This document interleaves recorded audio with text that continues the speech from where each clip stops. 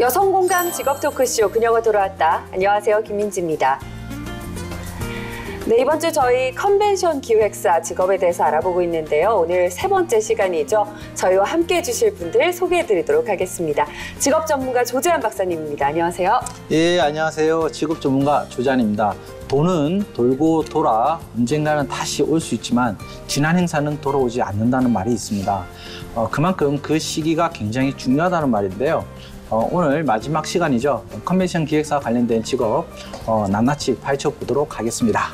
네, 그리고 이 컨벤션 기획사가 경제와도 밀접한 직업이지 않겠습니까? 그래서 저희가 특별히 모신 분인데요. 경제부 김은지 기자님 모셨습니다. 안녕하세요. 네, 안녕하세요. 1년 만에 돌아왔습니다. 그녀가 돌아왔다에서 머니 부분을 열심히 담당했던 경제부 기자 김은지입니다. 네, 그리고 사회부 장성민 기자님입니다. 안녕하세요. 네, 안녕하세요.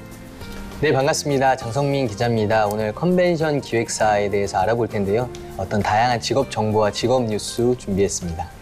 네, 오늘도 저희와 함께 하시면서 많은 직업 정보 얻어가시길 바라겠습니다. 오늘은요, 전문가 선정 직업 키워드와 함께 이야기를 나눠보는 직업 키워드 토크 시간이 준비되어 있습니다. 그리고 조 박사님. 예, 총 6개 분야로 나누어서 진행되는 최종 직업 평가 시간도 준비되어져 있습니다. 네, 이렇게 해서 컨벤션 기획사 이야기 마무리해보도록 하고요. 마지막은 장 기자님이 준비하신 코너죠? 예, 직업 관련 좋은 뉴스, 나쁜 뉴스, 그리고 재미있는 뉴스 선정해서 이야기 나눠보는 잡 이수다 코너 준비되어 있습니다. 네, 오늘도 저희와 끝까지 함께 해주시기 바라겠습니다. 여성 공감 직업 토크쇼 그녀가 돌아왔다. 지금부터 시작합니다. 국제회의를 기획하고 운영하는 전문가 컨벤션 기획사. 우리나라는 지난해 세계 국제회의 개최 순위 1위를 기록할 정도로 관련 분야에 대한 관심과 수요가 높은데요. 그만큼 컨벤션 기획사 직업에 대한 전망도 밝은 편입니다. 그녀가 돌아왔다. 이번 주 직업 컨벤션 기획사. 전문가 선정 직업 키워드 토크로 알아보는 직업 정보와 함께 최종 직업 평가 시간 지금 시작합니다.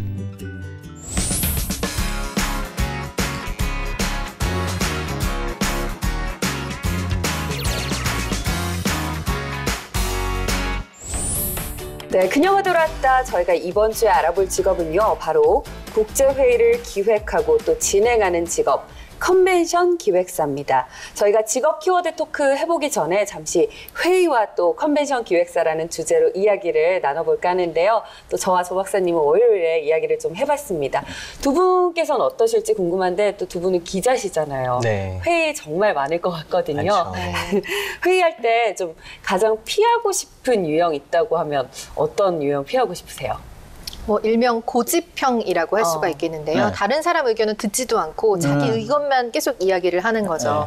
이 회의라는 게 서로 의견을 주고받고 그쵸. 가장 좋은 의견을 도출을 해놔야 되는데 그러지 않고 회의를 하러 와서 이 의미를 잊어버리시고 통보만 하시는 분. 아, 그렇죠. 네, 그런 분과 회의를 하면 전 회의가 들더라고요. 아, 그 회의랑 그 회의가 참 저는 발음하기 힘든 구조인데. 예. 아니, 월요일부터 제가 계속 박사님한테 이 회의를 듣다 보니까요. 저도 이제 회의라고 발음을 하게 됩니다. 회의입니다, 회의. 장 기자님 어떠세요? 저 같은 인물을 생각하고 지금 얘기할 수도 있을 것 같은데요. 저희 그 높은 데 계시는 그분을 말씀하시는 것 같기도 한데. 아, 그래요? 예, 이른바 답정너라고 하잖아요. 그쵸. 네. 답은 정해져 있으니까 너는 대답만 하면 돼. 회의 이제 사실은 회의가 이제 토론하고 나누고 소통하는 어떤 그런 장소, 그런 시간인데 와가지고 그냥 뭐 이미 정해놓은 거 통보하고 뭐 저희는 어떤 뭐 발언권도 주지 않고 끝내버리는 이런 회의할 때는 참 기운도 많이 빠지고 내가 왜 이 자리에 있나 싶기도 하고 그런 회의감이 좀 또 드는 그런 그렇습니다. 네. 사실 원활하게 업무를 위해서 협력하기 위해서는 정말 효율적인 회의가 필요할 텐데요. 이 효율적인 회의를 하기 위해서는 어떤 것들이 좀 필요할까요? 저는 제가 생각할 때는 좀 경청하는 자세가 아닌가 싶어요. 그리고 특히나 이제 한국 기업의 특성상 좀 수직 구조적인 회의가 그쵸. 많잖아요.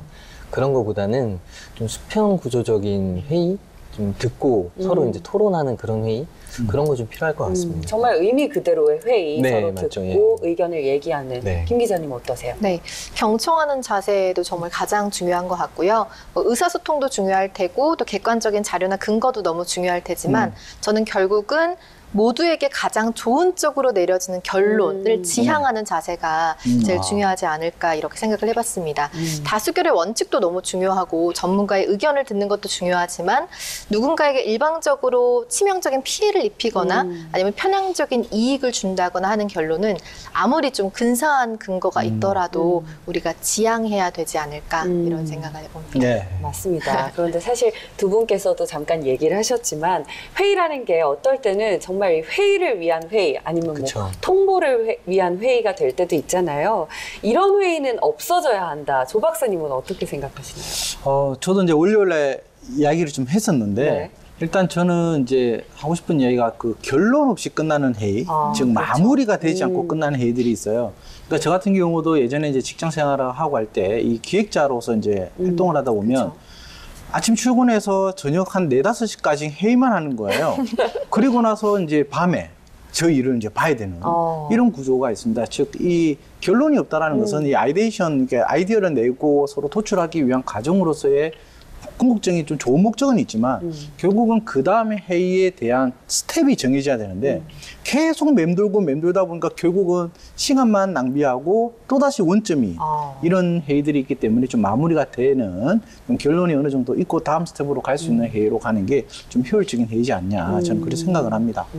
김 기자님은 이런 회의 좀 없어져야 한다. 어떻게 생각하시나요? 아까 고집형을 말씀드렸을 때도 잠깐 언급을 했지만 회의라고 쓰고 통보라고 읽는 회의는 없어져야 한다고 생각합니다. 매칭이 많으신 것 같은데. 들통이 났나요? 하신 말씀이 굉장히 많으실 것 같아요. 아, 그래요? 지금 보고 계실 건데. 좀 더 시간을 많이 드려서. 절대 아닙니다. 장 기자님 어떠세요? 저는 뭐 여러 가지 회의 유형이 물론 있겠습니다만 개인적으로 좀 책임자, 그러니까 좀 윗사람들이 책임을 떠넘기기식 회의 굉장히 많이들 하잖아요. 어떤 좀 자기 회피식 회의라든가 아니면 통보도 어떤 결과를 굉장히 책임지지 못할 정도의 가이드라인을 주고 거기서 이제 밑에 사람들한테 책임을 떠넘기는 식. 사실 밑에 사람들이 굉장히 어렵거든요. 그쵸. 어떤 결과도 사실 내기가 어렵고. 그래서 그런 회의들은 좀 피해야 되지 않을까 싶습니다. 네. 저희가 오늘 알아볼 직업인 이 컨벤션 기획사와 함께 언급되는 말로요. 국제회의가 열리는 장소인 컨벤션 센터가 있고요. 또 우리가 정치 얘기할 때 이제 선거철에 많이 나오는 이야기가 이 컨벤션 효과라는 단어거든요. 이 컨벤션 효과 정확히 어떤 의미인지 장 기자님이 좀 짚어주시죠. 예, 요약해서 말씀을 드리면 정치 이벤트 직후에 지지율 상승 현상을 컨벤션 효과 이렇게 말을 합니다. 네. 자세히 좀 말씀을 드리면요. 전당대회나 경선 행사와 같은 정치 이벤트에서 승리한 대선 후보나 해당 정당의 지지율이 이전에 비해 크게 상승하는 현상을 말합니다. 네. 이 용어는 이제 정치뿐만 아니라요. 이 정치, 경제, 사회, 문화 전 분야에 걸쳐서 널리 통용되고 있다라고 볼 수 있습니다. 네. 사실 우리가 글로벌 시대가 되면서 해외는 물론 국내에서도 이 국제회의가 정말 많이 열리고 있습니다. 이 국제회의를 차질 없이 진행하기 위해서는 역량 있는 이 컨벤션 기획사를 정말 많이 더 찾게 될 텐데요. 이 컨벤션 기획사 직업의 과거와 최근 뉴스 흐름 어떤가요? 사실 컨벤션 기획사라는 직업이 저희들한테 그렇게 이렇게 많이 알려진 직업은 아니잖아요. 네. 그렇다 보니까 이 언론에서 컨벤션 기획사를 다루고 있는 뉴스 또한 그렇게 많지는 않은 편이었습니다.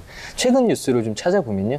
이 각 대학의 재학생 또는 졸업생들이 컨벤션 기획사 자격증 취득해서 이제 현장으로 나갔다라는 기사들 네. 좀 찾아볼 수가 있었고요. 그리고 시사성 있는 기사를 좀 찾아보면 과거에는 컨벤션 기획사 자격증 취득 후에 이제 현장 업무와 많이 달라서 그런 것들이 좀 문제로 지적되는 기사들이 좀 있었습니다. 네. 근데 이제 최근에 이제 바뀌었다고 알려져 있는데 그 부분에 대해서 이제 바뀐 어떤 그런 내용을 다루거나 그리고 바뀐 이후에 어떤 직업 현장에서 좀 더 효과적인 어떤 인력 어떤 활용이 되고 있다 이런 네. 기사들 좀 찾아볼 수가 있었습니다. 대체적으로 긍정적인 뉴스가 좀 많은 편인 것 같은데 이 컨벤션 기획사에 대한 사회적인 시선은 어떤지도 좀 간단히 짚어주시죠. 네, 컨벤션 기획사라고 어떤 직업을 소개했을 때 이제 반응은 사실은 좀 많이 모르는 사람들이 많다라고 네. 해요. 그래가지고 이제 이런 행사를 기획하고 국제 행사를 기획하고 진행하고 이런 일을 한다라고 설명을 하면 굉장히 좀 힘들고 어렵겠다라는 어떤 반응도 많이 있다고 하고요. 그리고 한편으로는 굉장히 좀 열정 있고 굉장히 좀 멋있어 보이는 네. 어떤 동경하는 그런 시선도 좀 있어 보입니다. 네. 네. 이 컨벤션 기획사 직업 해외에서는 어떤지 궁금하거든요. 예, 일단 컨벤션 분야가 하나의 산업으로 이제 가장 먼저 정착한 곳은 이제 유럽 부분인데요. 국제기구 및 본부의 65%의 이제 구조가 다 소재하고 있는 유럽은 전 세계 이제 국제의 약 57%를 캐치하는 등 세계 컨벤션 산업의 이제 중심 지역이 바로 유럽이다라고 네. 이야기를 할 수 있을 것 같아요. 우리나라의 경우도 2012년도 이 마이스 산업 이 이제 대한민국 신성장 동력 사업에 선정되면서 그렇죠. 새로운 블루오션으로 좀 각광을 네. 받기 시작을 했고 본격적으로 이제 이러한 컨벤션 기획사 직업이 다시 탄생이 됐다라고 봐야 될 것 같은데요. 미국, 일본을 포함해서 유럽 20개국에서 실시되고 있는 글로벌 서티피케이션 자체도 굉장히 많이 활성이 되고 있고요. 전 세계적으로 또 공용이 되는 이러한 자격 제도도 또 있습니다. 네. 일단 미국의 자격증 제도를 먼저 보게 되면요. 일단 컨벤션 기획사로 이제 직업을 하기 위해서는 자격증이 반드시 좀 필요한 부분인데요. 일단 미국 같은 경우는 크게 세 가지죠. 국제회의 전문가 협회에서 제공하고 있고요. 국제회의 전문가 협회의 컨벤션 전문가 자격증, 그다음에 컨벤션 자격증 협회에서 발급하는 컨벤션 전문가 자격증 부분이 있고요. 그다음에 국제민간전시협회 국제민간전시협회에서 이제 운영하고 있는 전시기획사 네. 제도도 같이 좀 분류가 되어져 있습니다. 호주 같은 경우도 동일한 부분인데요. 회의 이제 산업협회에서 발급하고 있는 컨벤션 전문가 자격증도 준비가 되어져 있습니다. 일단 뭐 국내 동남아 쪽으로 보게 되면 일본 같은 경우가 1994년도에 국제회의 유치촉진법을 개정을 했고요. 이로 인해서 주요 도시별로 고르게 발달된 컨벤션 인프라 및 국제 항공망들이 좀 갖추어져 있는 부분이고요. 그 다음에 이제 국제 컨벤션 같은 경우 싱가포르 같은 경우가 굉장히 주요 네. 도시로 형성이 되어 있는 부분 중에 하나입니다. 약 50개국 이상, 140개국 도시를 연결하는 직항편하고도 바로 연결돼 가지고요. 네. 굉장히 편하게 진행을 할 수 있고요. 홍콩도 이에 대한 인프라가 잘 갖춰져 있다라고 봐야 될 것 같습니다. 마지막으로 이제 컨벤션 산업은요, 이제 국제 나라별로도 뭐 큰 차이를 가져가는 건 아닌데요. 어쨌든 그에 관련된 기획사분들의 역할이 커지고 지금은 볼거리, 놀거리가 많이 활성화됨으로써 복합 리조트의 역할까지 네. 이제 강조된다라고 해야 될 것 네. 같습니다. 마지막으로 제가 참고로 이 싱가포르 같은 경우 보게 되면요. 이 우리 서울보다 이 전시장 면적이 약 2.5배 높고요. 회의장 면적도 약 6배 이상 높게 나오고 있기 때문에 우리나라에서도 이러한 컨벤션 기획사들이 좀 더 활동하기 위해서는 여러 가지 네. 시설적인 부분도 잘 갖춰야 되지 않을까 그래 봅니다. 네. 그러니까 이 컨벤션 기획사라는 직업은 이 컨벤션 산업 규모가 큰 미국이나 유럽 등 선진국에서 조금 더 활성화된 직업이 아닐까 싶은데요. 그렇다면 국내 컨벤션 산업의 규모는 어느 정도 될까요? 네, 컨벤션 산업만 딱 떼서 말하기에는 지금 너무나 유기적으로 다 연결이 되어 있어서 저는 마이스 산업 규모로 좀 조사를 해왔는데요. 네. 이 마이스 산업하면 뭐 다들 아시겠지만 기업회의의 그 미팅을 딴 M과 그리고 포상관광을 뜻하는 I 그리고 컨벤션의 C 그리고 전시박람회와 이벤트를 뜻하는 E 네. 이 앞글자들을 딴 이제 산업이잖아요. 그래서 최근 9월에 발표된 기사에 따르면 국내 마이스 산업 규모가 5조 원에 육박하는 것으로 네. 확인이 되었습니다. 정말 큰 산업이더라고요. 네.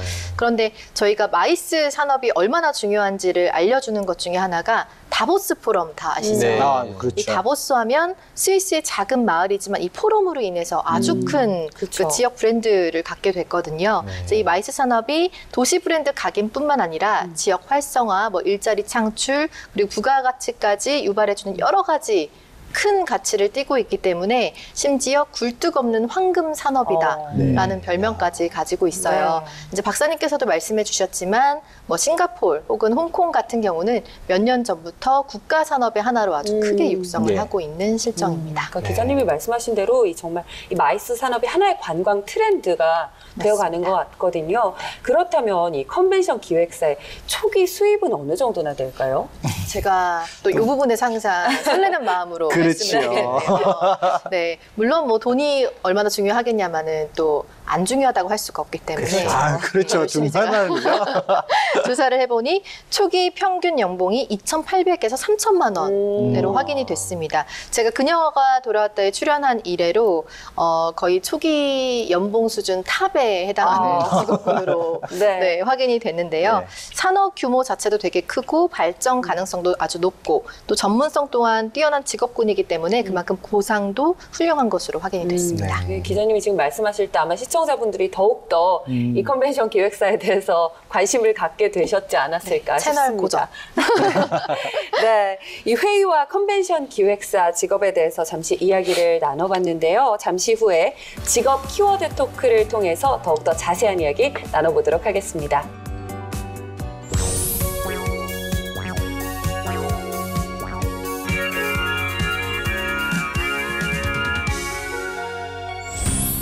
네, 그녀가 돌아왔다 수요일에 만나는 직업 키워드 토크에서는요, 전문가 선정 직업 키워드를 가지고 이야기 나눠보고 있습니다. 컨벤션 기획사 첫 번째 직업 키워드는요, 조 박사님이 선정하신 키워드인데요. 바로 이벤트입니다. 이벤트를 선정하신 이유에 대해서 들어볼게요.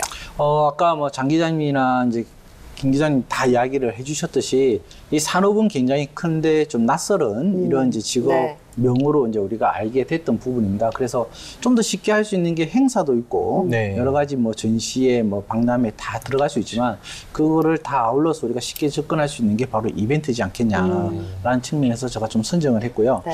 이 컨벤션 역시 이제 마이스 비즈니스 분야에서 잘 알려진 부분이고 실제로 이 컨벤션은 부가가치가 높은 이제 복합 정보형 이제 전시회나 국제 회의를 이제 이끌어서 말하는 용어죠. 그래서 이제 이 주로 회의에 관련된 부분들이 이벤트로 지금 많이 구성이 되어져 있고요. 네. 이러한 이벤트 안에서 뭐 다양한 우리 복합 서비스에 대한 회의라든지 참석, 그다음에 상품, 거래 모든 것들이 이제 다 이루어질 수 있는 하나의 주축들이 됐다라는 거죠. 그래서 또 최근에는 이 전시형 뭐 박람회, 전시형 뭐 이러한 부분들이 이벤트와 좀 결합이 됐기 때문에 약간 혼란스러운 부분도 있죠. 네. 그래서 저는 이제 이 이벤트를 좀 복합적으로 좀 다양한 사건들로 보기 위해서 저는 이벤트로 좀 선정을 했습니다. 네. 사실 박사님 같은 경우에는 워낙 각종 회의 같은 거 참석도 많이 하시고 또 두 분은 또 큰 행사 같은 거, 회의 같은 거 있으면 취재도 많이 하시잖아요. 네. 참가하셨거나 취재하셨던 회의 중에 좀 컨벤션 센터 이벤트 중에 가장 기억에 남는 게 있다면 어떤 것들이 있을까요? 저는 이제 그때 뭐 제주도 이야기했지만 이 부산 이제 국제 컨벤션 센터의 백스코 네. 예, 거기에서도 예전에 이제 참석을 좀 몇 번 왔다 갔다 하는 부분인데요. 이때 뭐 일적인 것보다 제가 좀 그때 약간 놀랬던 게 뭐냐면 이게 사담인데 예전에 제가 이 신혼여행을 갔을 때 이 관광 가이드를 했던 분이 있어요. 이거 학교 후배 여성 이제 학교 네. 후배가 있었는데 그 애가 또 배정이 된 거예요. 그래서 얘가 한동안 잠수를 탔던 애인데 거기서 만난 거예요, 현지에서. 신혼여행을 가세요? 예. 그 필리핀에서 만나게 된 거예요. 네. 그러다가 지금 한 9년이 지나고 제가 이 백스코에 일이 있어서 갔는데 또 만나셨어요? 그 친구 또 있는 거예요. 아. 근데 그 친구가 그 백스코에 관련된 부산시에서 일을 하고 있는 관광 이제 기획단에 이제 포함이 돼서 있는 거죠. 네. 그래서 그 현지에 관련해서 이제 좀 많이 경험을 쌓고 실제로 그거를 이제 입사 지원을 해서 이제 이 백스코에 이 들어간 케이스가 된 거죠. 그럼 신혼여행 가셨을 때는 어떻게 만나신 거예요? 거기 관광 가이드. 갔다가 저 가이드 말고 이제 잠시 쉰다고 이렇게 제가 있었는데 갑자기 누가 오더니 선배님 하면서 인사를 한 거예요. 그 딱 보니까 시커멓게 탄 여자 있었는데 누군지 몰랐어요. 여성분인데. 저는 현지인인 줄 알았어요. 시커멓다니요, 박사님. 아니 정말 이게 동남아에서 오래 있다 보니까 이 모자도 안 쓰고 다니면서 그래서 제가 이제 그거를 봤는데 어쨌든 그때 저한테 와서 인사를 하는데 깜짝 놀랐어요. 해외에서 이렇게 아는 후배를 만난다고 생각했던 게. 근데 또 여기서 만나게 됐죠. 그럼 가이드나 이런 경험을 통해 가지고 그렇게 지원을 하신 거네요. 아, 그렇죠. 대단한. 그래서 그쪽 관련된 일을 하시더라고요. 확실히 관광 쪽에 경험들을 많이 살릴 수 있는 직업이 또 이 직업이 아닐까 싶은데요. 네. 장 기자님은 어떠신가요? 저는 이제 뭐 제가 그쪽 분야는 아니어서 많이 취재는 안 해봤습니다만 이제 국제회의나 이런 거 있을 때 이제 언론 초청 행사 같은 거 하거든요.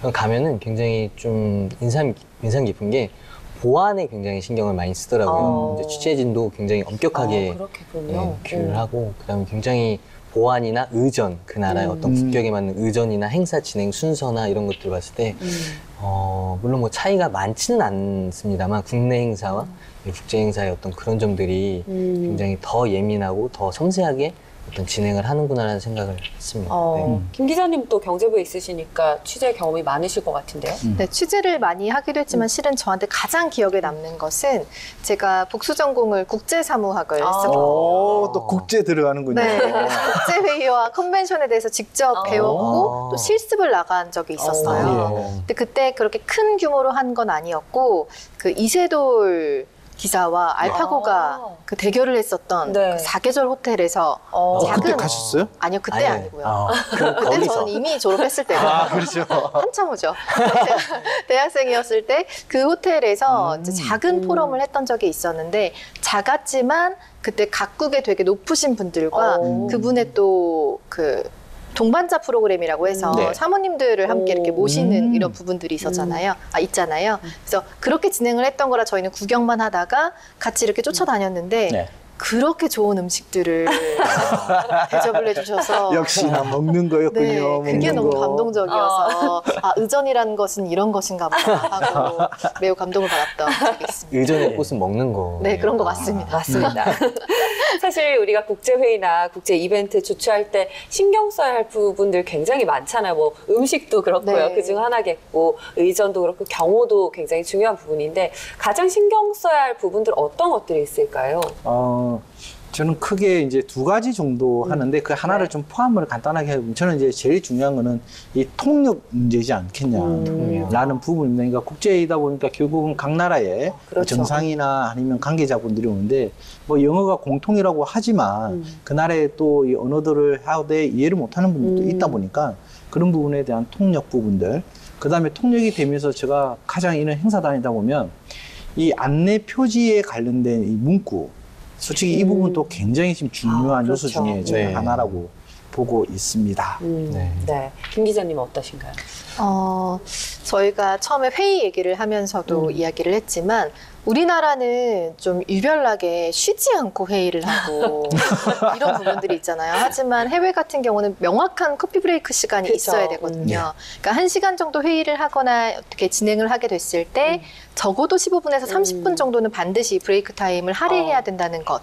그것을 잊지 말아야 될 것 같고요. 아까 제가 동반자 프로그램에 대해서 잠깐 언급을 했지만 단순히 그 회의를 잘 유치하는 것도 중요하지만 함께 오신 분들을 어떻게 잘 프로그램으로 만들어놔서 그분들의 마음을 잘 얻는지 그래야지만 더 큰 유치를 진행할 수 있기 때문에 동반자 프로그램도 신경을 써야 되는 것 중에 하나라고 생각합니다. 네, 저는 아까도 말씀드렸다시피 의전 굉장히 뭐 물론 너무나 당연한 이야기인데 이 의전을 어떻게 하냐에 대해서 굉장히 행사를 또 평가하는 그 시선이 갈리기도 하잖아요. 예를 들어서 뭐 그 나라의 문화라든가 그 나라의 문화에 맞는 어떤 예의 이런 것들이 좀 많이 중요할 것 같은데 예를 들면 예전에 트럼프 대통령이 각국 정상들 만나면서 악수를 어떻게 하느냐는 굉장히 이슈가 많이 됐잖아요. 그래서 문재인 대통령이 갔을 때 과연 트럼프 대통령이 문재인 대통령과 어떻게 악수를 할 것인가. 그 정도로 어떻게 보면 그런 것도 하나의 의전이라고 볼 수 있고 그 나라의 문화에 따른 예의라고 볼 수 있어서 그런 부분에 대해서는 굉장히 신경을 많이 써야 된다라고 생각을 합니다. 네. 첫 번째 키워드 이벤트에 대해서 알아봤습니다. 두 번째 키워드로 넘어가 보도록 하겠습니다. 두 번째 직업 키워드는요. 김은지 기자님께서 선정하신 키워드인데요. 두 번째 키워드 변화입니다. 변화를 선정하신 이유는 뭘까요? 네, 컨벤션 기획사 자격증이 생긴 것이 2003년인데요. 근데 이 자격증이 기존 그 자격 제도와 현장 업무의 차이가 너무나 크다라는 지적에 따라서 2016년, 그러니까 작년부터 과정평가형을 새롭게 도입을 했습니다. 네. 그 결과 인천에서는 지난해에 전국 최초로 과정평가형 자격증 합격자가 탄생을 했고요. 또 현재는 검정형과 과정평가형을 병행을 하고 있는데요. 이렇게 컨벤션 기획사 자격증의 변화의 바람이 불고 있어서 변화라는 키워드를 선정해봤습니다. 김 기자님이 방금 이제 과정평가형 자격증에 대해서 말씀을 해주셨는데 이 컨벤션 기획사 자격증 말고 다른 자격증에서도 이 과정평가형이 도입된 자격증이 있나요? 그렇죠. 이 과정 이제 평가형 자격이라는 것 자체가 이제 NCS 국가직무능력 표준이라고 이야기를 하죠. 이 기반에서 일정 이제 요건을 충족하고 교육 훈련 이런 과정을 충실한 사람들. 네. 이분들한테 이제 내부라든지 외부 평가를 통해서 이제 합격 기준을 이제 하고 그에 맞는 국가기술 자격증을 부여하는 네. 이런 형태인데 실제로 이제 조사를 해보면 2017년도에는 약 한 31개의 네. 이런 자격 제도를 이제 부여하게끔 되어 있고요. 2018년도에는 약간 19개 정도 늘어서 한 50개 정도까지 이제 확대될 전망이다라고 하는데, 다양하게 뭐 있겠지만, 제가 이제 기사, 산업기사, 그 다음 기능사, 서비스 분야, 이렇게 크게 4가지 분야에서 구성이 되는데, 일단 기사 같은 경우도 이제 조경, 용접, 의류 분야 이렇게 네. 구성이 되고요. 산업기사 같은 경우도 이제 전자, 뭐 패션 디자인, 그 다음 표면 처리, 그 다음에 조리, 뭐 양식하고 중식 이렇게 또 구분이 되기도 하고요. 기능사 부분은 굉장히 좀 많이 돼 있는 부분입니다. 그래서 건설기계 설비 이런 분야도 또 이제 과정형으로 이제 구성이 되고요. 그다음 서비스 분야는 이제 전산 회계 운용사, 그다음에 직업 상담사 2급 이렇게까지도 이제 과정 평가형 자격으로 이제 바뀌게 될 구조라고 네. 보시면 될 것 같습니다. 그러니까 박사님 말씀 들어보면 많은 자격증들이 이 과정평가형으로 변화하고 있는 추세가 아닐까 싶은데요. 이 자격증의 과정평가형이 물론 장점도 있겠지만 또 마냥 장점만 있을 것 같지는 않거든요. 주의해야 할 점도 있을 것 같은데 어떤 부분 주의하면 좋을까요? 아까 제가 기사, 산업기사, 기능사, 서비스 분야 이렇게 이제 구성이 됐다고 했는데요. 일단 산업기사랑 기능사 같은 경우는 최소 이수 시간이 한 600시간 정도를 네. 이제 해야 되고요. 그다음 기사 같은 경우는 한 800시간 정도 네. 이렇게 이수를 해야 되는 부분입니다. 즉 뭐냐면 그냥 우리가 일반적으로 뭐 수업을 듣고 네. 그다음에 과정을 듣고 그다음에 그 관련해서 시험을 보고 이제 치는 방식이 아니라 결국은 그 조건에 해당되는 이러한 교육 이수를 거쳐야 되기 때문에 네. 이 굉장히 긴 시간 동안 이제 끊임없이 포기하지 말고 가야 되는 네. 이 구조 중에 하나입니다.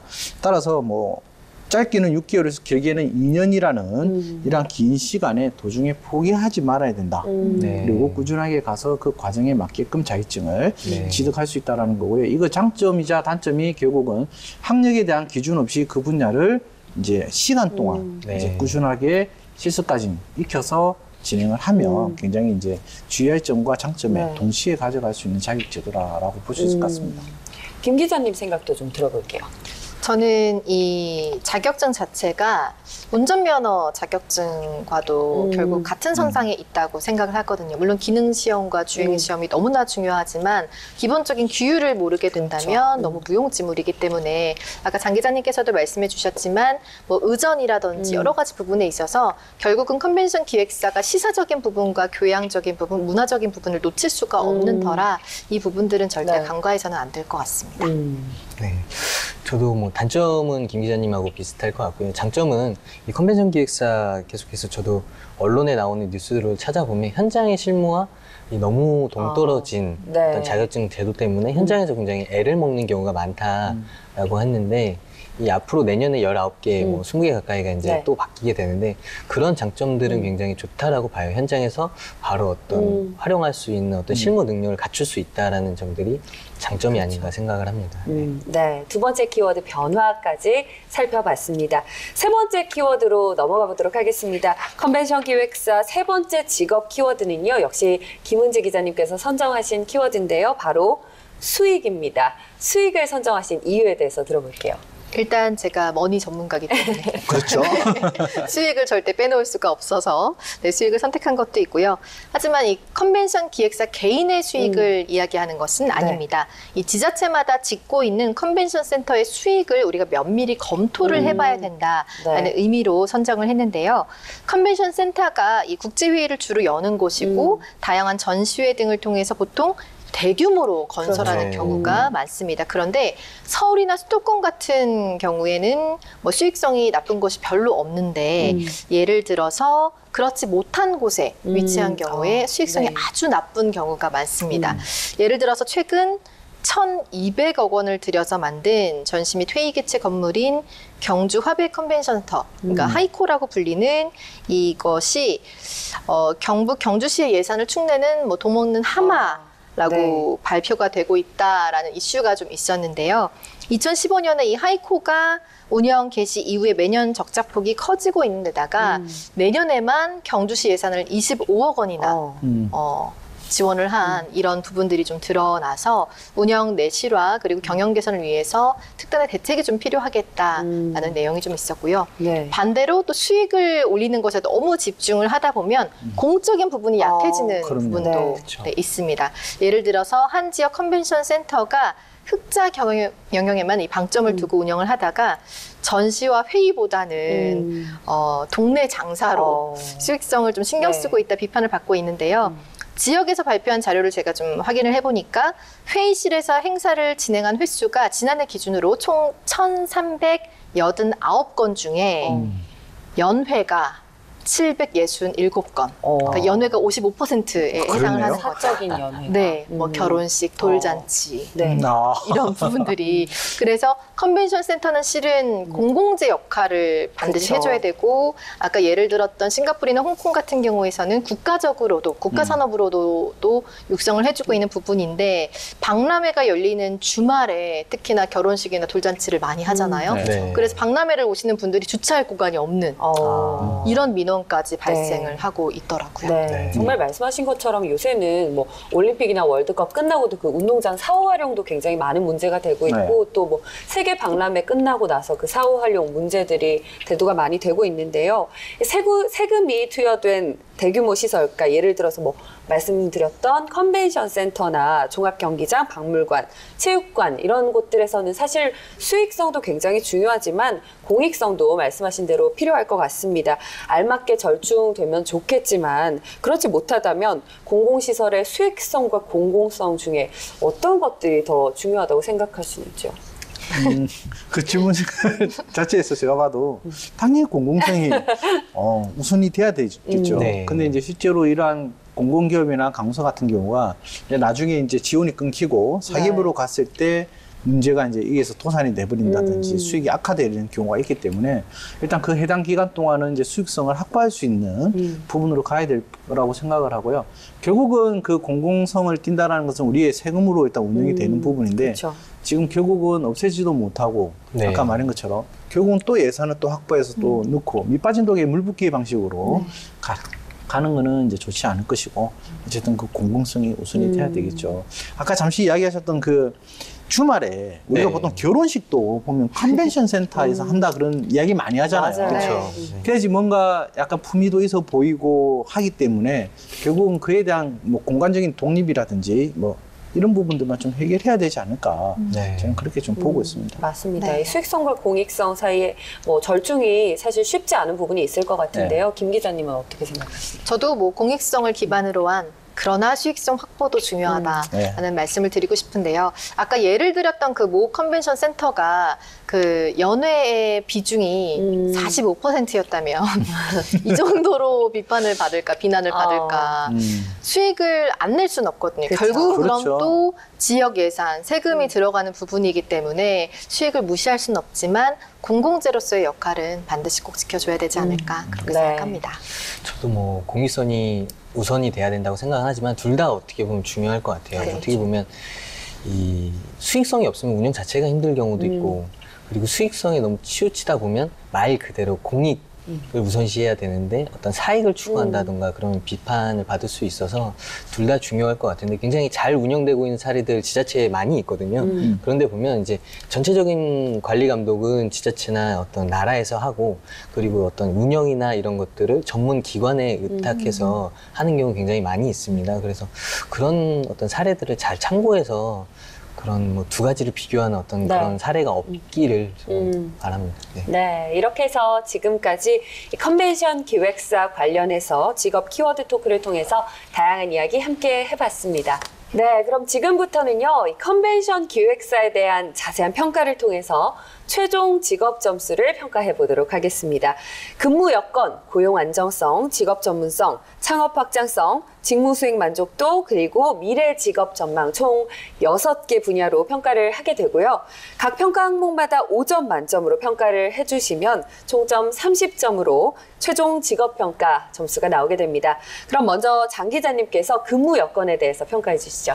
예, 근무 여건 평가하면 사실은 이제 컨벤션 기획사들이 사무실에서 근무하는 경우도 많이 있지만 행사장에 나가서 근무하는 경우도 많이 있거든요. 그래서 근무 장소적인 차원에서는 그렇게 뭐 행사를 하는 곳이나 사무실에 여건이 나쁘지는 않다. 하지만 근무 시간적인 차원에서는 굉장히 뭐 야근이 많을 수도 있고 근무 시간이 불규칙한 경우도 그렇죠. 굉장히 많이 있다고 해요. 그리고 또 한 가지는 현장에 나가서 어떤 근무를 할 때 이 어떤 노동의 강도가 굉장히 뭐 어떤 일을 할지 모르기 때문에 굉장히 노동의 강도가 높은 경우도 많이 있다고 합니다. 그래서 그런 것들을 좀 여러 가지를 고려해 봤을 때 저는 근무 여건을 5점 만점에 4점으로 평가를 하도록 하겠습니다. 네, 근무 여건 5점 만점에 4점 평가해 주셨습니다. 다음으로는 고용 안정성에 대해서 알아볼까요, 조 박사님?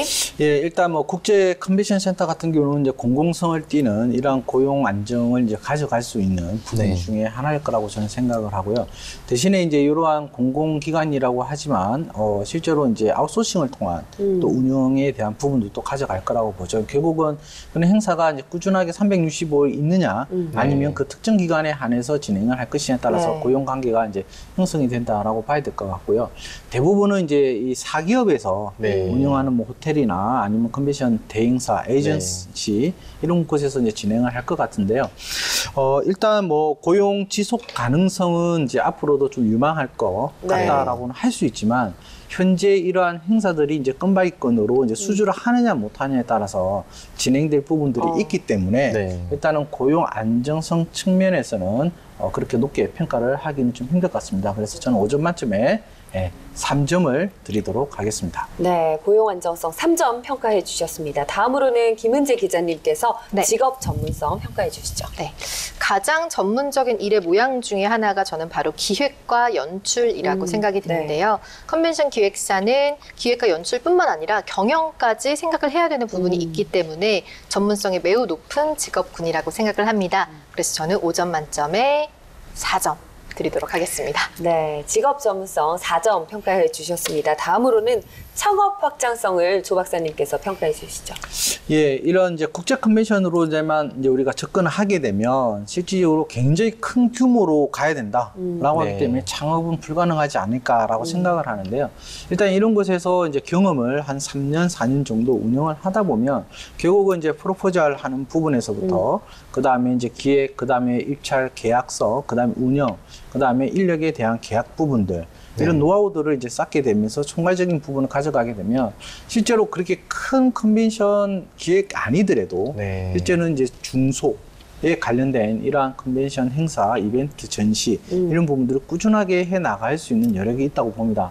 그래서 저는 이 창업 확장성 측면에서는 굉장히 높게 평가를 하고 있습니다. 저는 5점 만점에 4점을 드리도록 하겠습니다. 네, 창업 확장성 4점 평가해 주셨습니다. 다음으로는 직무 수행 만족도를 김 기자님께서 평가해 주시죠. 네, 기획력은 기본이고요. 조직력, 실행력, 리더십, 뭐 대인관계 능력, 위기 관리 능력까지 이 모든 것이 필요한 직업이기 때문에 각각이 가지고 있는 성취도와 만족도가 아주 높은 것으로 확인이 됐습니다. 보상 또한 아까 말씀드렸다시피 좋은 직업군인데요. 네. 반면에 장 기자님이 아까 말씀해 주셨지만 근무 시간이 길고 불규칙하고 또 정신적인 육체적인 스트레스가 꽤 높은 직업이기도 합니다. 그렇지만 또 업무의 자율성을 가지고 있고 그 권한의 수준 자체가 되게 높은 직업군이고 또 내가 사회에 기여한다라는 그렇죠. 인식이 또 있기 때문에 5점 만점에 저는 한 3.5가 되지 않을까 싶은데 반올림을 내서 4점을 드리도록 하겠습니다. 네. 직무 수행 만족도 4점 평가해 주셨습니다. 다음으로는요. 미래 직업 전망은 어떨까요, 장 기자님? 미래 직업 전망, 그 컨벤션 기획사가 최근 10년 동안 유망 직종이 계속해서 꼽히는 직종이라고 해요. 네. 그만큼 어떤 미래 전망은 밝은 반면에 이 반대로 박사님께서도 잠깐 언급을 해주셨지만 어떤 다른 업종과의 어떤 침범되는 것들, 어떤 겹치는 부분들이 굉장히 많이 있을 네. 수 있다. 그만큼 또 그 얘기를 좀 반대로 뒤집으면 전문성이 정말 뒷받침되어야지 그들만이 갖고 갈 수 있는 어떤 장점들이 있을 수 네. 있다. 그렇지 못하면 어떤 다른 업종과의 어떤 네. 침범이라든가 이런 부분이 우려되는 부분이기도 해요. 그래서 그런 것들을 좀 전체적으로 고려했을 때 미래 직업 전망은 저는 5점 만점에 4점으로 평가를 하도록 하겠습니다. 네, 미래 직업 전망 5점 만점에 4점 평가해 주셨습니다. 그래서요, 컨벤션 기획사 직업은 근무 여건, 직업 전문성, 창업 확장성, 직무 수행 만족도 그리고 미래 직업 전망에서 비교적 높은 점수를 받으면서요, 최종 직업 평가 점수는 23점으로 나왔습니다. 네, 지금까지 컨벤션 기획사 직업에 대해서 다양하게 이야기 나눠봤습니다. 마지막으로요, 이 컨벤션 기획사 직업 어떤 여성에게 추천하시는지 핵심 키워드와 함께 말씀해 주시죠. 먼저 조 박사님부터 말씀해 예, 저는 추천 키워드가 계획형 여성이다라고. 계획형 여성. 어떻게 해요? 예, 저는 뭐, 이렇게 계획이요? 계획입니다. 계획. 예, 이게 뭐냐면 일단은 우리가 이제 계획을 세우잖아요. 네. 이 계획대로 이거를 실행할 수 있게끔 하는 여성분인데요. 일단은 요거는 생각은 있고 실제로 그에 관련해서 진행을 하지 못하면 뭐 우리가 흔히 막 꼼꼼하고 의사소통이 필요하고 다양한 이런 부분들은 일단 계획이 이제 실행되지 않기 때문에 이런 것들은 이제 추후의 문제로 보기 때문에 저는 계획대로 잘 실행해 줄 수 있는 여성이 이 컨벤션 기획사에 잘 어울린다라고 저는 추천하고 싶습니다. 네, 김 기자님. 저는 리더십이 있는 여성에게 추천을 해드리고 있습니다. 여기서 리더십은 다른 사람을 통솔하는 능력도 이야기하지만 스스로를 컨트롤할 수 있는 이 자해에 대한 리더십도 포함이 되는데요. 창의력과 연출력을 동반해야 되는 만큼 이 진취적인 부분을 가지고도 있지만 진행 스텝들 뭐 챙긴다든지 아니면 모든 사람들을 관리하는 부분이라든지 이런 부분까지 리더십이 반드시 필요한 직업이 컨벤션 기획사가 아닌가 생각됩니다. 네, 장 기자님. 제가 꼽아본 핵심 키워드는 센스 있는 여성을 좀 네. 꼽아봤습니다. 사실 저희들끼리 얘기할 때 행사는 아무리 잘 치러도 끝나고 나면 욕먹는다라고 하잖아요. 그만큼 어떻게 보면 현장에서의 어떤 돌발 상황이 굉장히 많이 일어날 수밖에 없는 것이 이제 행사인 것 같은데 그럼 그런 돌발 상황 때마다 어떻게 대처하느냐 이게 정말 돌발 상황이 네. 사고가 일어난 것처럼 할 수도 있고 정말 이게 무슨 사고가 일어난지 알 수 없게끔 잘 매끄럽게 진행할 수 있는 능력, 어떤 그런 센스가 필요할 것 네. 같아요. 그래서 저는 센스 있는 여성을 핵심 키워드로 꼽아봤습니다. 네. 컨벤션 기획사 이런 여성에게 어울린다. 세 분께서 추천해 주신 키워드는요. 계획형 여성, 그리고 리더십이 있는 여성, 그리고 마지막으로 센스 있는 여성에게 추천해 주셨습니다. 저희가 오늘 컨벤션 기획사 직업에 대해서 준비한 내용은 여기까지입니다. 잠시 후에 세 가지 직업 뉴스와 함께하는 잡 이수다로 돌아오도록 하겠습니다.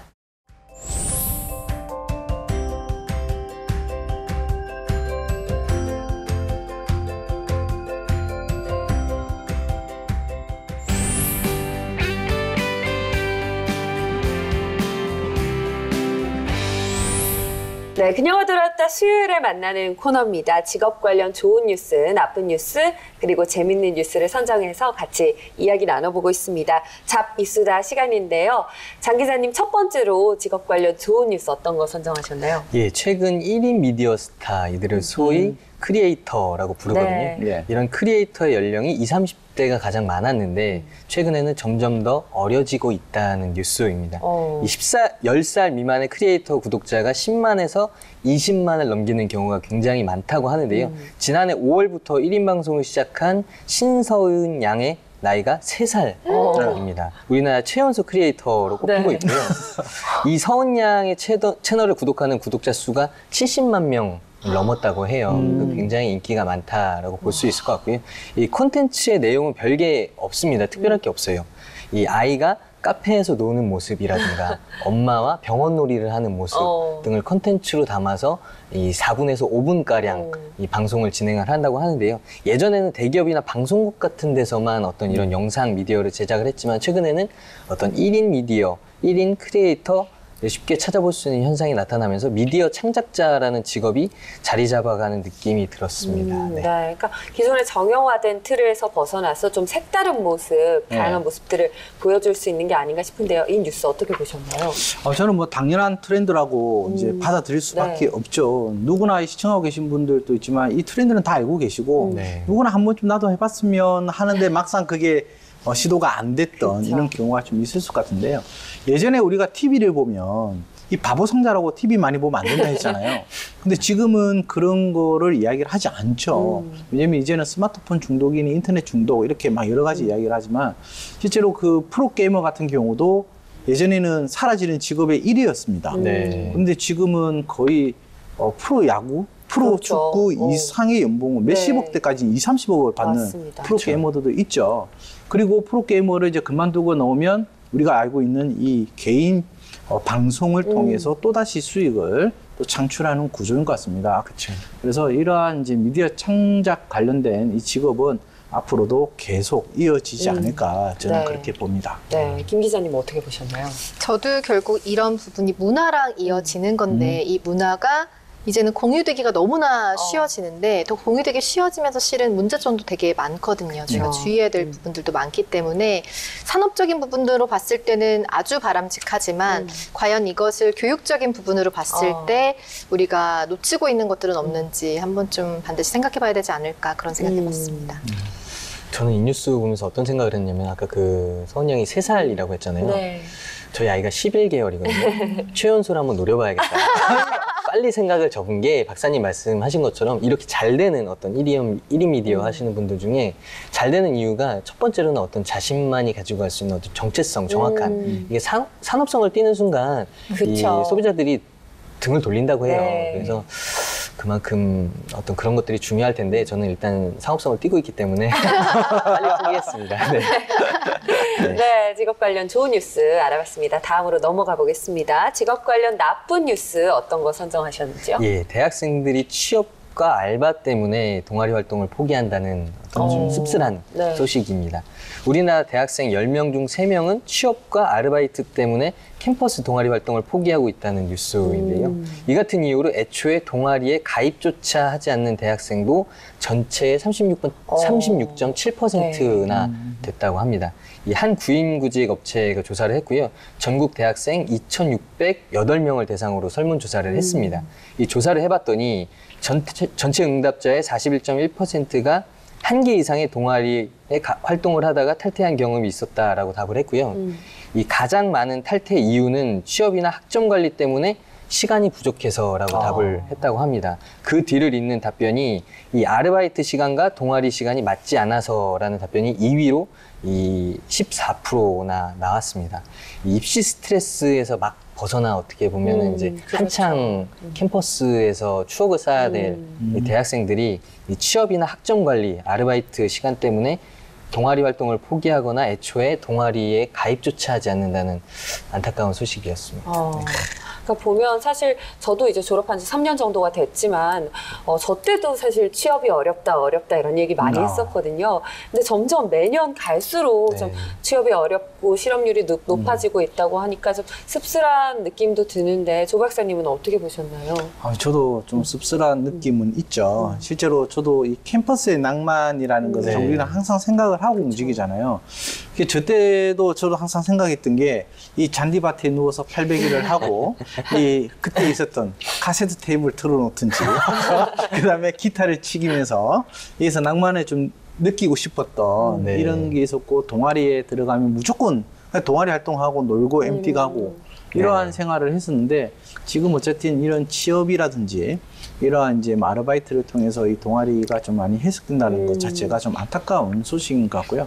어찌 보면 이 트렌드에 또 같이 움직일 수 있는 그래서 지금의 또 이 동아리 활동에서 또 인기 있는 부분들은 자기가 가고자 하는 직무에 맞는 이제 또 그쵸. 동아리들이 움직여서 여행도 하고 탐방도 하고 공부도 하는 이런 방식의 이제 동아리들이 또 바뀌고 있으니 예전처럼 그냥 말 그대로 막 먹고 놀고 하는 그런 동아리하고는 조금 약간 바뀌었지 않냐라고 봐야 될 것 같습니다. 네, 김 기자님은 이 직업 뉴스 듣고 어떤 생각 드셨나요? 네, 진짜 마음이 되게 아프죠. 그리고 저도 대학교 때 여러 가지 집안 사정으로 인해서 7년 동안 학교를 좀 길게 다녔어요. 그러면서 계속 취업을 한 상태였었거든요. 그런데 저도 중고등학교 때 그 남자 3명, 여자 3명의 이 시트콤을 보면서 대학 생활은 저런 건가 네. 보다. 이런 낭만을 꿈꿨는데 들어가고 나서 그 시트콤이 대학 시트콤이라는 것조차도 잊고 산 그런 세대거든요. 그렇죠. 네, 하물며 제 남동생이 저랑 나이 차이가 조금 많이 나서 아직 대학생이거든요. 그래서 제가 내년 1월에 다음 달에 초에 누나가 지원을 해줄 테니 같이 해외로 좀 봉사를 가지 않을래? 라고 했는데 동생이 그때 인턴 해야 되기 때문에 안 돼 이러더라고요. 듣지도 않았는데. 그러니까 아예 마음 자체가 여유가 전혀 없는 여유가 것 같아요. 내가 취업을 과연 할 수 있을까? 나에게 여유란 맞습니다. 없다라고 생각을 하는 것 같아요. 맞습니다. 이런 어떤 빡빡한 생활 속에서도 사실은 청년들의 체감 실업률이 21.7%, 이 통계 이후에 가장 높다고 해요. 그렇게 빡빡하게 생활을 하고 있음에도 어떤 취업하기 그만큼 힘들다라는 어떤 이야기일 텐데 굉장히 좀 안타까운 것 같고, 반대로 뭐 마냥 놀라고 할 수는 없지만 제가 그들의 미래를 책임질 수는 없으니까. 그렇죠. 근데 노는 것도 중요할 것 같아요. 그 놀면서 동아리 활동하면서 마냥 노는 게 아니라 거기서 얻는 그쵸. 경험들이 사회에 나와서 굉장히 큰 어떤 역할을 할 때가 많이 있거든요. 그래서 너무 그렇게 하지 말고 좀 놀 필요도 있다라는 생각을 합니다. 네, 저희가 사실 직업 관련 뉴스에 대해서 얘기를 할 때마다 항상 나오는 문제가 이 구조적인 문제가 아닐까 싶습니다. 좀 씁쓸한 뉴스였습니다. 다음으로는 직업 관련 재밌는 뉴스에 대해서 알아보도록 하겠습니다. 장 기자님 어떤 거 준비하셨나요? 예, 미국 내 고액 연봉 직업 탑 10을 조사한 기사입니다. 네. 이 미국에서는 어떤 직업의 종사자들이 과연 돈을 잘 벌고 있을까 제가 소개를 좀 시켜드리도록 하겠습니다. 네. 10위는 기업의 회계사, 9위는 R&D 매니저, 8위는 응용개발 매니저, 7위는 내과 의사의 어시스턴트, 그리고 6위는 엔터프라이즈 아키텍트라는 직업이고요. 5위는 약사가 조사가 됐습니다. 그럼 퀴즈인데요. 4위부터 1위 안에는 어떤 직종의 어떤 종사자들이 돈을 많이 벌고 있을까? 저희가 지금 4개나 맞춰야 되는 건가요? 예, 아니 뭐 아무거나 말씀해 주시면 제가 순위를 알려드리겠습니다. 아, 정말요? 네, 맞추면 어떤 직업이- 상품 있나요? 네, 있습니다. 우와. 뭐죠? 네, 그건 나중에 따로 말씀드리겠습니다. 어떤 게 있을 것 같으세요? 미국 내에서는 어떤 직업의 미국 종사자들이 내에서? 돈을 잘 벌까? 이게 지금 언제까지의 조사죠? 너무 빡빡한 너무- 질문은 너무 하지 영- 마시고요. 아니 왜 그러냐면 이게 뭐- 예전부터냐 아니면 최근 뭐 10년 동안인지 뭐 1년 동안인지 이게 매번 바뀌니까. 네, 이게 이제 최근 최근 조사고요. 조사. 아, 최근. 네. 계속해서 바뀌고 조사 기간마다 조금 다르긴 한데요. 네, 예. 그래도 어떤 고액 연봉자들의 어떤 직종이 항상 있잖아요. 저는 뭐 있지만 IT 쪽 2개씩 이야기해도 되나요? 하나만 말씀하세요. 변리사로 한번 해보겠습니다. 변리사요. 예, 뭐 땡입니다. 특허- 예, 땡입니다. 아, 예, 저는 알겠습니다. 개발자 왠지 있을 것 같아요. 개발자요. 개발자 있나요? 땡입니다. 저는 IT 쪽, 왠지 프로그래머? 근데 이게 계속 바뀌어서 사실 IT 쪽 저도 그쪽 생각을 많이 했는데 네. 이제 답을 말씀드리도록 하겠습니다. 다 포기하신 땡이고 건가요? 다 땡입니다. 동물이랑 관련된 거 있나요? 동물이랑 관련된 거 있습니다. 없습니다. 예. 네. 변호사. 변호사 있는데요. 3위에 변호사 이름을 올렸는데 네. 특허 전문 변호사 3위에 올라와 있고요. 그러니까 4위는 그게 변리사하고도 같이 엮이는데. 뭐 엮였다고 볼 수도 있겠지만 땡입니다. 예, 알겠습니다. 4위는 제약 의사고요. 2위가 이 매니저급 약사 그리고 1위가 내과 의사로 내과 조사가 의사. 됐는데요. 이 취업 사이트가 조사한 내용에 따르면 이 미국 내 최고 연봉 순위를 조사했는데 내과 의사가 평균 연봉 18만 7,876달러, 우리나라 돈으로 환산을 하면 약 2억 7천만 원 정도 받는 것으로 조사가 됐다는 기사입니다. 네. 역시 미국에서도 여전히 이 의사가 네. 강하게 나타나는 근데 거예요. 흥미로웠던 건 내과 의사가 1위를 차지했고 네. 6위가 내과 의사의 어시스턴트였거든요. 네. 그래서 참 이거 특이하다는 생각을 했습니다. 네. 우리나라는 왠지 성형외과일 것 같은데. 그렇겠죠. 김 기자님 왜 이렇게 적으신 거죠? 1위부터 4위까지. 상품을 받으려고요. 이 뉴스 보고 어떤 생각 드셨나요? 뭐 일단 뭐 돈 많이 버는 직업도 중요하고 이제 이런 부분이겠죠. 그러나 이제 우리가 흔히 저도 학생들한테 이걸 한번 했습니다. 이제 본인이 알고 있는 직업에 대해서 마음껏 한번 적어봐라. 라고 했는데 70개 넘기는 경우의 수가 10%가 안 됩니다. 그러니까 결국 50개에서 70개 사이에서 가장 많이 알고 있는 부분이고, 제가 이때까지 한 200명을 대상으로 진행을 했는데요. 100개 이상 적은 친구가 딱 한 명 나왔습니다. 그만큼 직업을 적는다라는 것 자체가 그냥 막연하게 우리가 알고 있는 우선순위 있죠. 의사, 판사, 검사, 변호사, 그다음 교사. 이제 그 다음에 이제 뭘 쓸 것이냐가 이제 나가는 부분인데, 이 전통적인 직업 분야에서는 아직까지 우리나라의 이러한 사회적 지위, 체면, 그러니까 돈 많이 버는 직업을 원하지만 실질적으로는 그런 브랜드, 자기의 체면 때문에 돈 버는 거와 상관없이 브랜드를 선택할 수밖에 없는 이러한 이제 구조기 때문에 앞으로 이러한 이제 직업에 대한 변화 우리가 좀 유심히 좀 지켜보고, 네. 이러한 이제 돈 버는 것도 중요하지만 사회적 가치, 한산, 지속 가능성을 우리가 좀 타진해보는 이런 시간을 좀 가졌으면 좋겠다라는 그러니까, 생각이죠. 네, 그러니까 뭐 직업에 대해서 뭐 재밌는 뉴스라고도 볼 수 있겠지만 다양성 측면에서는 좀 더 직업의 다양성을 추구하는 방향으로 나아가지 않을까 싶습니다. 김 기자님께서는 어떻게 보셨나요? 저는 미국 하면 일단 애플사가 있고 구글이 있고 그쵸. 막 이런 부분들 때문에 당연히 그런 웹 IT 개발이나 쪽에. IT 쪽에 되게 많을 것 같았는데 결국 미국도 이렇게 공부를 열심히 해서 잘하시는 분들이 가장 돈을 잘 버는구나 하는 그런 씁쓸함과 네. 뭔가 미국은 다를 것만 같았는데 네. 왠지 한국이랑 그렇게 크게 다르진 않을 것 같다라는 뭐 그런 생각을 좀 재밌게 네. 해봤습니다. 예. 네, 저는 어릴 때 어머님이 공부 열심히 해라 많이 얘기해 주셨는데 그때 왜 안 했을까라는 생각을 했고요. 여기 보니까 이제 평균 연봉이 2억 7천만 원 정도인데 네. 참 다시 돌아간다면 열심히 공부해서 미국에서 의사- 내과에서를 다시 태어나야 될 테지만 그렇죠. 그러니까 제가 항상 했지만 다시 그 시절로 간다 했을 때 지금 생각을 갖고 가느냐 아니면 그때도 그 당시 때의 그 의식으로 가느냐가 중요한 거겠죠. 네. 좀 훈훈하게 마무리하면요. 저도 이 직업 충분히 마음에 듭니다. 예. 네, 네, 만족합니다. 알겠습니다. 만족하시는 걸로 알고 네. 지금까지 직업 관련 다양한 수다 잡이수다와 함께 하셨는데요. 이번 주 그녀가 돌아왔다에서 저희가 준비한 내용은 여기까지입니다. 그녀가 돌아왔다는 다음 주에도 새로운 직업 정보와 함께 여러분 곁으로 찾아가도록 하겠습니다. 저희는 여기서 인사드리겠습니다. 감사합니다.